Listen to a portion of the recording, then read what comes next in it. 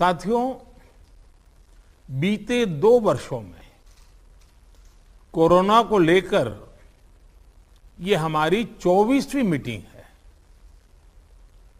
Corona काल में जिस तरह केंद्र और राज्यों ने मिलकर काम किया, उसने कोरोना के खिलाफ देश की लड़ाई में अहम भूमिका निभाई है। मैं सभी मुख्यमंत्रियों, राज्य सरकारों और अधिकारियों के साथ सभी कोरोना वॉरियर्स की प्रशंसा करता हूं। साथियों, कुछ राज्यों में से कोरोना के फिर से बढ़ते केसेस को लेकर हेल्थ सेक्रेटरी ने अभी हमारे सामने विस्तार में जानकारी रखी है। आदरणीय गृह मंत्री जी ने भी कई महत्वपूर्ण आयामों को हमारे सामने रखा है। साथ ही आप में से कई मुख्यमंत्री साथियों ने भी कई जरूरी बिंदुओं को सबके सामने प्रस्तुत किया है। ये स्पष्ट है कि कोरोना की चुनौती अभी पूरी तरह से टली नहीं है। ओमिक्रॉन और उसके सब वेरिएंट्स किस तरह गंभीर परिस्थिति पैदा कर सकते हैं, ये यूरोप के देशों में हम देख रहे हैं। पिछले कुछ महीनों में कुछ देशों में इन सब वेरिएंट्स की वजह से कई सर्ज आए हैं। हम भारतवासियों ने कई देशों की तुलना में अपने देश में हालात को काफी बेहतर और नियंत्रण में रखा है। इन सब के बावजूद पिछले 2 हफ्तों से जिस तरह से कुछ राज्यों में केसेस बढ़ रहे हैं, उससे हमें अलर्ट रहने की जरूरत है। हमारे पास कुछ महीने पहले जो लहर आई, उस लहर ने हमने उसमें से बहुत कुछ सीखा भी है। सभी देशवासी ओमिक्रॉन लहर से सफलतापूर्वक निपटे, बिना पैनिक किए देशवासियों ने मुकाबला भी किया। साथियों, 2 साल के भीतर देश ने हेल्थ इंफ्रास्ट्रक्चर से लेकर ऑक्सीजन सप्लाई तक कोरोना से जुड़े हर पक्ष में जो भी आवश्यक है वहां मजबूती देने का काम किया है। तीसरी लहर में किसी भी राज्य से स्थितियां अनियंत्रित होने की खबर नहीं आई। इसको हमारे कोविड वैक्सीनेशन अभियान से भी काफी मदद मिली। देश के हर राज्य में, हर जिले में, हर क्षेत्र में, चाहे वहां की भौगोलिक परिस्थितियां कैसी भी रही हो, वैक्सीन जन जन तक पहुंची है। प्रत्येक भारतीय के लिए ये गौरव की बात है कि आज भारत की 96% वयस्क आबादी को कोरोना वैक्सीन की पहली डोज लग चुकी है। 15 साल के ऊपर उम्र के करीब 85% नागरिकों को दूसरी डोज भी लग चुकी है। साथियों, आप भी समझते हैं और दुनिया के ज्यादातर एक्सपर्ट्स का निष्कर्ष यही है कि कोरोना से बचाव के लिए वैक्सीन सबसे बड़ा कवच है। हमारे देश में लंबे समय बाद स्कूल्स खुले हैं, क्लासेस शुरू हुई है। ऐसे में कोरोना केसेस के बढ़ने से कहीं ना कहीं पेरेंट्स के लिए चिंता बढ़ रही है। कुछ स्कूल्स में बच्चों के संक्रमित होने के मामले में भी कुछ न कुछ खबरें आ रही है। लेकिन संतोष का विषय है कि ज्यादा से ज्यादा बच्चों को भी वैक्सीन का कवच मिल रहा है।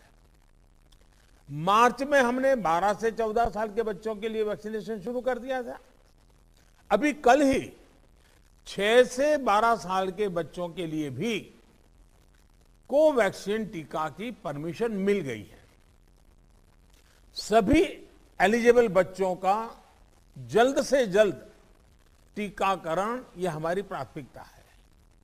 इसके लिए पहले की तरह स्कूलों में विशेष अभियान भी चलाने की जरूरत होगी। टीचर्स और माता पिता इसे लेकर जागरूक रहें, हमें ये भी सुनिश्चित करना होगा। वैक्सीन सुरक्षा कवच की मजबूती के लिए देश में सभी वयस्कों के लिए प्रिकॉशन डोज भी उपलब्ध हैं। टीचर्स, पेरेंट्स और बाकी एलिजिबल लोग भी प्रिकॉशन डोज ले सकते हैं।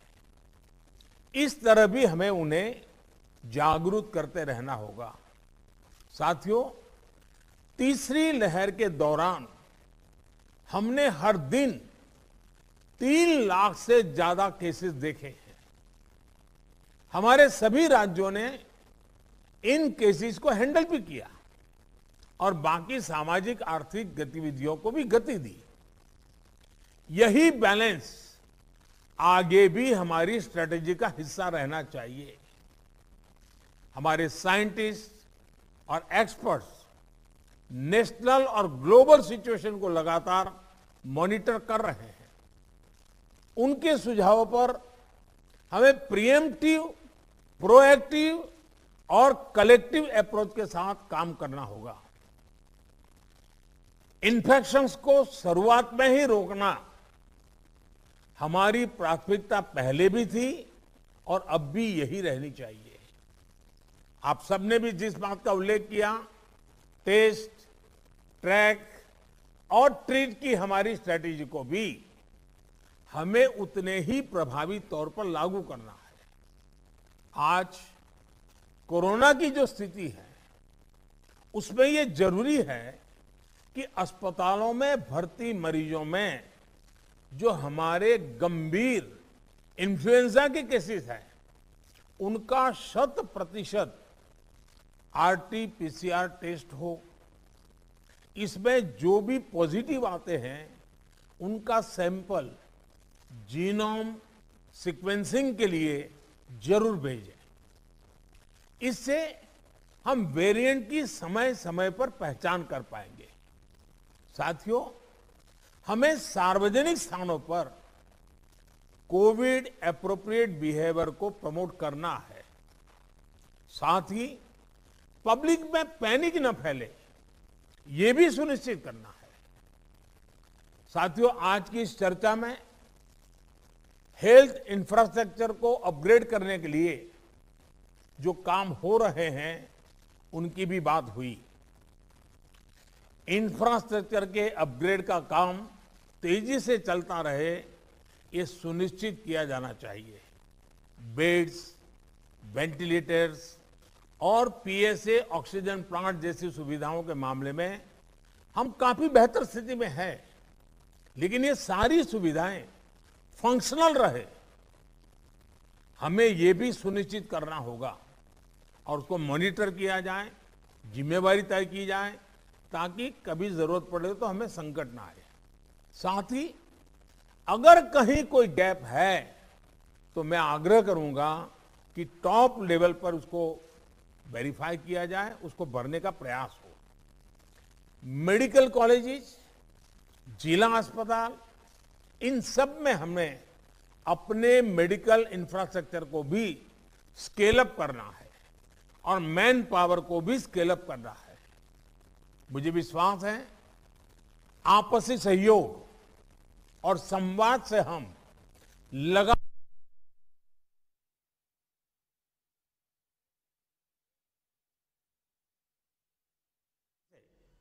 कोरोना के खिलाफ लड़ाई लड़ते भी रहेंगे और रास्ते भी निकालते रहेंगे।